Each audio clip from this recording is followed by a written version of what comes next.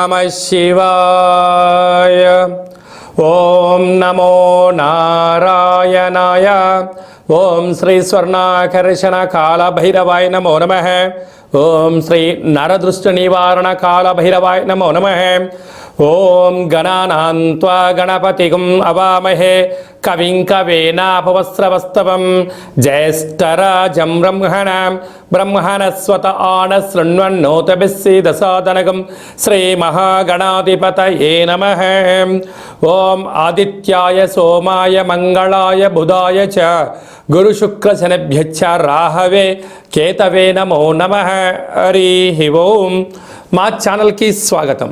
చూస్తున్న వీక్షకులకు ప్రేక్షకులకు ప్రియ కాలభైరవ భగవద్బంధులకి స్వాగతం పలుకుతూ మమ్మల్ని ఎంతగానో ఆదరిస్తూ ఉండబడినటువంటి ప్రియ సోదరి మనులకు అందరికీ సనాతన ధర్మ సంరక్షకులకు అందరికీ కూడా నూతన తెలుగు ఉగాది పండగ శుభాకాంక్షలు. శ్రీ క్రోధినామ సంవత్సరంలో అందరికీ నిండు నూరేళ్ల ఆయురారోగ్యాలను ప్రసాదించాలని, వారాలు 7, తిథులు 15, నక్షత్రాలు 27, రాసులు 12, లగ్నాలు 12, మహర్దశలు 9, అలాగనే షడ్రుచుల సమ్మేళనమే 6 ఋతువులతో కూడుకున్నటువంటి తీపి, కారం, పులుపు, చేదు, వగరు అనేటువంటిది ఎలా ఉంటుందో మనిషి జీవితంలో కష్టాలు సుఖాలు ఎప్పుడు ఉంటాయి. ఎవరి జీవితంలో కూడా ఎప్పుడు కూడా పూర్ణిమ శాశ్వతం కాదు, అమావాస్య అనేటువంటిది ఎప్పుడు అడ్డంకి కాదు అని చెప్పి గుర్తుపెట్టుకోవాలి. కనుక ఈ 360 రోజులు ఈ క్రోధినామ సంవత్సరంలో 30 సంవత్సరాల తర్వాత శని భగవానుడు తన సొంత గృహంలో ఉండగా వచ్చినటువంటి క్రోధినామ సంవత్సరం కావడం వలన అందరికీ నిండు నూరేళ్ల ఆయురారోగ్యాలని, విద్య, ఉద్యోగ, వ్యాపార, రాజకీయ, సేవారంగ కార్యక్రమాల్లో అన్నింటా విజయం సాధించాలని కోరుకుంటూ ఈ సంవత్సరంలో అందరికీ తెలుగు ఉగాది పండుగ శుభాకాంక్షలు. ద్వాదశ రాశిలో గ్రహ గమనాన్ని ఒకసారి వీక్షింపచేద్దాం. మేషరాశిలో గురు సంచార స్థితి, కన్యరాశిలో కేతు భగవాను సంచార స్థితి, కుంభరాశిలో శనిచర స్వామివారు స్వక్షేత్ర సంచార స్థితి, మీనరాశిలో రాహు సంచార స్థితితో ద్వాదశ రాశిలో గ్రహ గమనాలు ఈ విధంగా ఉన్నాయి.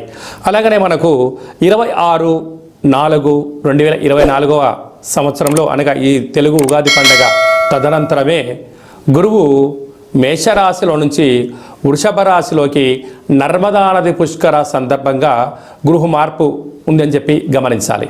ఈ క్రోధినామ సంవత్సరానికి అధిపతి రాజు అంగారకుడు. ఎందుకనగా ఈ సంవత్సరము మనకు తెలుగు ఉగాది పండుగ మంగళవారం రోజు అవ్వడం వలన, మంగళవారానికి అధిపతి కుజ భగవానుడు అవ్వడం వలన, ఈ సంవత్సరానికి రాజు కుజుడు అవ్వడం వలన నిత్యము అనేక మంది క్రోధము, ఆవేశము అనేటువంటి పరిస్థితుల్లో ఉండడము, ఎర్రటి నేలలు, ఎర్రటి పంటలు బాగా పండడము, అద్భుతమైనటువంటి కందులు, మిరప, ఎర్రటి నేలలు, సంపూర్ణమైనటువంటి ఆహార ధాన్యాల ఉత్పత్తులు చాలా అద్భుతంగా ఉంటాయని చెప్పి కూడా గమనించగలగాలి.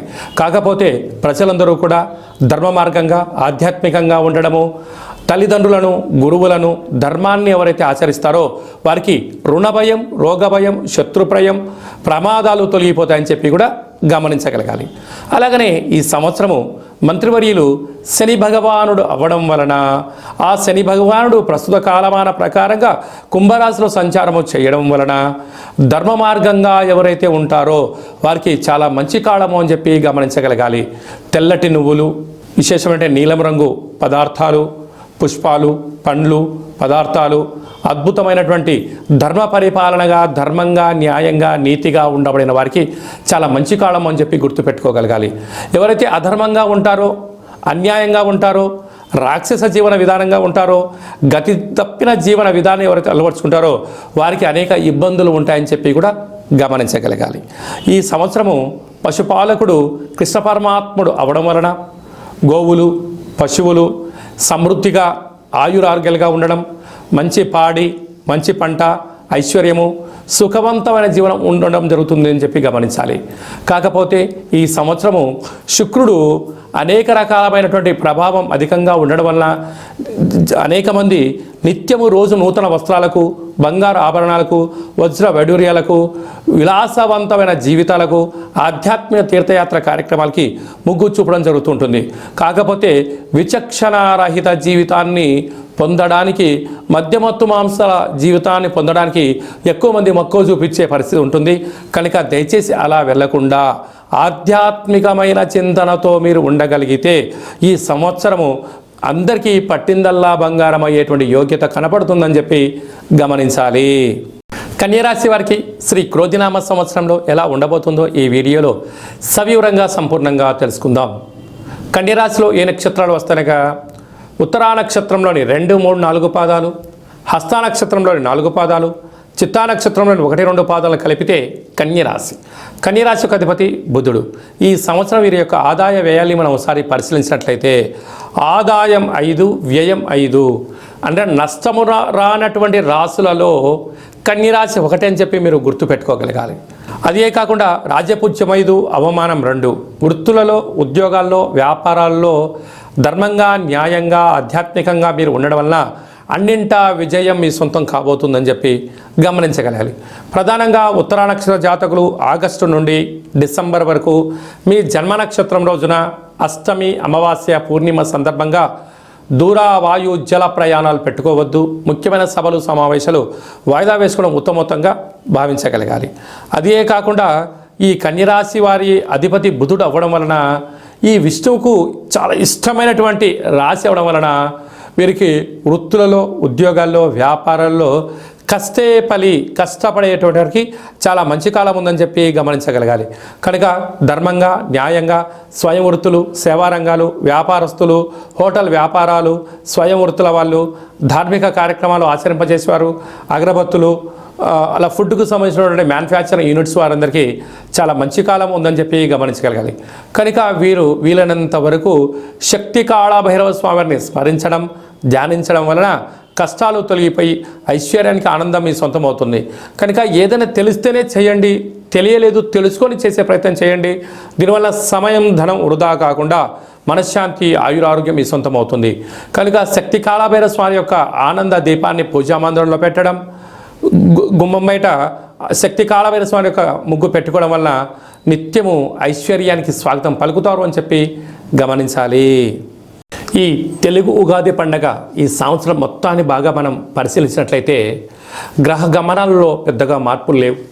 గురు భగవానుడు ఒక్కడే మేషరాశిలో నుంచి వృషభ రాశిలోకి సంచార స్థితి ఉంది.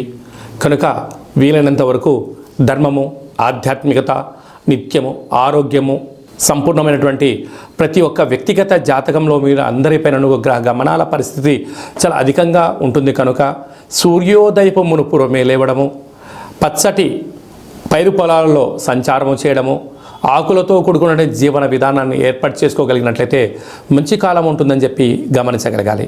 ఈ సంవత్సరము ఏప్రిల్ ఆఖరు నుండి ఆగస్టు 8వ తారీఖు వరకు అనగా 100 రోజులు దరిదాపు వివాహాది శుభ కార్యక్రమ ముహూర్తాలు లేవని చెప్పి ముందస్తుగా గమనించగలగాలి. కనుక ఈ సంవత్సరం అంతనూ కూడా మనం అద్భుతమైన విజయం సాధించగలగాలి అన్నట్లయితే ఒక్కొక్క నెలలో ఒక్కొక్క కాళభైరవ స్వామి వారు ఉంటారు. కనుక ఆ కాళభైరవ స్వామి యొక్క స్మరణ, కాళభైరవ స్వామి యొక్క కూష్మాండ దీపము, కాళభైరవ హోమము, కాళభైరవ రక్షణ కంకణాన్ని మనం ధరించగలిగినట్లయితే ఈ సంవత్సరాంతము కుజుడి యొక్క ప్రభావము, శని భగవానుడి యొక్క ప్రభావము తీక్షణ తగ్గి వృత్తులలో, ఉద్యోగాల్లో, వ్యాపారాల్లో మనం అనుకుంటున్న విజయం మన సొంతం అవుతుందని చెప్పి గమనించాలి. ఇంకనూ మనం విజయం సాధించగలగాలి అన్నట్లయితే ఈ యొక్క పాత్ర కంచు పాత్ర అంటారు. అంటే కంచు మోగినట్టు కనకంబు మోగదు గదరా సుమతి అని చెప్పి మనకు సుమతి శతకంలో చెప్పుకున్నాం. ఇక్కడ రాసులు 12 ఎలా ఉంటాయో 12 రాసులను ఇందులో అచ్చు వేయడం జరుగుతుంది. ఈ యొక్క పాత్రను మనం ఇంట్లో ప్రతిరోజు పూజ చేసుకున్న తదనంతరము 2 అగరబత్తులను వెలిగింపజేసుకొని మనసులో ఏదైతే కోరిక ఉందో కోరుకొని ఓం స్వర్ణాకరేషణ కాళభైరవాయ నమో నమః అనేటువంటి మంత్రాన్ని ఉచ్చరింపచేస్తూ ఇలా చిన్నగా శబ్దాన్ని చేసినట్లయితే ఓంకార శబ్దం రావడం జరుగుతుంటుంది. ఇలాగా ఈ ఒక ఓంకార శబ్దాన్ని ఇలా చిన్నగా ఇలా వృత్తాకారంలో తిప్పినట్లయితే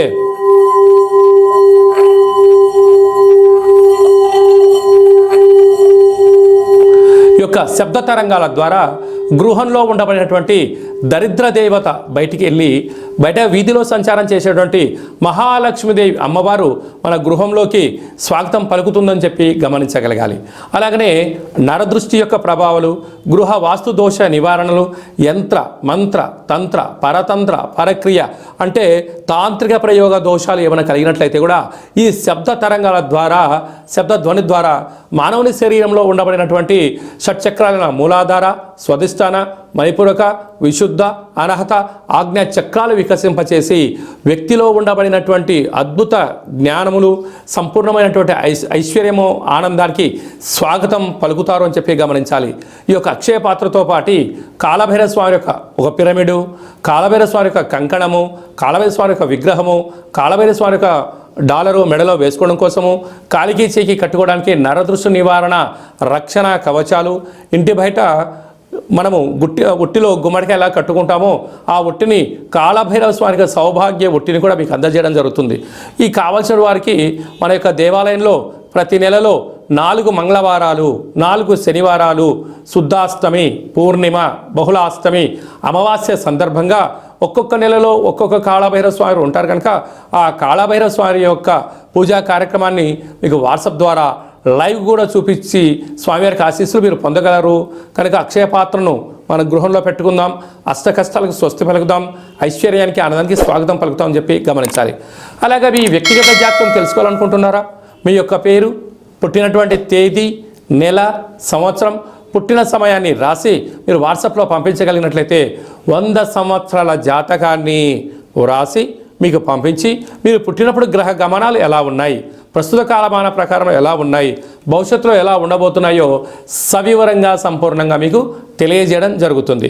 అలాగనే చాలామందికి పుట్టినటువంటి కాల సమయంలో డేటా బర్త్లు లేనటువంటి కారణం వలన మీ పేరు యొక్క మొదటి అక్షరాన్ని అనుసరిస్తూ రాశిని, భూత భవిష్యత్ వర్తమానాన్ని కాళభైరవ ఉపాసన చేత గవళ ద్వారా అనగా రమణ శాస్త్రం ద్వారా మీకు తెలియజేయడం జరుగుతుంది.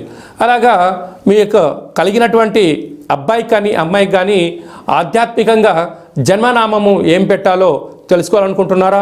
ఆధ్యాత్మికమైన మంచి పేర్లను మన యొక్క దేవాలయంలో మీకు తెలియజేయడం జరుగుతుంది. అలాగే మీ అబ్బాయి కానీ అమ్మాయి కానీ ఎంత ప్రయత్నం చేసినా సంబంధం ముడిపడడం లేదా, ఎందుకు పడట్లేదో మనకు తెలియజేయడం జరుగుతుంది. వచ్చే వధువు కానీ వరుడు యొక్క జాతకంలో గణాలు, గుణాలు, జాతకము, సంతానము, విదేశీయానము, యోగాలు ఎలా ఉన్నాయి, దోషాలు ఏమన్నా ఉన్నాయో కూడా వివాహ జాతక పరిశీలన, వివాహానికి సంబంధించినటువంటి సంపూర్ణంగా మీకు తెలియజేయడం జరుగుతుంది. అలాగే గతంలో వివాహమైనటువంటి దంపతులు తరచుగా గొడవ పడడం కానీ, నిత్యం అనేక రకాల ఇబ్బందులతో పడడం కానీ, విడిపోవడం కానీ, అలాగే పోలీస్ స్టేషన్లు, కోర్టు మెట్లో విడాకులకు తీసుకోవాలి అనుకుంటున్న వారందరికీ కూడా ఒక చిన్న ఆధ్యాత్మిక సలహా ఏమిటయ్యా అనగా, మీ యొక్క పేరులో కానీ మీ జాతకంలో కానీ స్వల్పమైన మార్పులు చేయడం వలన మీకు ఎలాంటి ఇబ్బందులు లేకుండా పార్వతీ పరమేశ్వరులు ఎలా కలిసి ఉంటున్నారో అలాంటి కలిసి ఉండడానికి ఆధ్యాత్మిక సలహాలు సూచనలు ఇవ్వడం జరుగుతుందని చెప్పి గమనించాలి. అలాగనే చాలామందికి కాళభైరవ మంత్ర సాధన ఎలా చేయాలి, మంత్రాన్ని ఎలా తీసుకోవాలి, ఎలా మనము ముందుకు తీసుకెళ్లాలో మన యొక్క దేవాలయంలో మీకు మంత్ర ఉపదేశం చేయడం కూడా జరుగుతుందని చెప్పి గమనించాలి. కనుక ఈ క్రోధినామ సంవత్సరంలో అందరికీ శుభం, జయం, లాభం జరగాలని కోరుకుంటూ ఆశీర్వచనం. ఓం రాజాదిరాజాయ ప్రసహ్య సాహినే నమో వయం వై శ్రవణాయ కుర్మహే సమే కామాన్ కామకామాయ మహ్యం కామేశ్వరో వై శ్రవణో యదదాతు కుబేరాయ వై శ్రవణాయ మహారాజాయ నమః. శతమానం భవతి శతాయు పురుష సతేంద్రియ ఆయుష్యేవేంద్రియే ప్రతితిష్టతి ధనం ధాన్యం బహుపుత్రలాభం శత సంవత్సరం దీర్ఘమాయు. సర్వే జనా సుఖినో భవంతు, లోకా సమస్తా సుఖినో భవంతు. సర్వం శ్రీ కాళభైరవ దేవతార్పణమస్తు. ఈ వీడియో మీకు నచ్చినట్టయితే లైక్ చేయండి, షేర్ చేయండి, మా ఛానల్ని సబ్స్క్రైబ్ చేసుకోండి. నేను చేస్తున్న ఆధ్యాత్మిక వీడియోలు మీకు ముందస్తుగా నోటిఫికేషన్గా రావాలి, అందరికన్నా ముందు మీరు చూడాలి అన్నట్టయితే గంట సింబల్ ప్రెస్ చేయండి, పైన అలానే బటన్ కూడా తెలియచేయండి.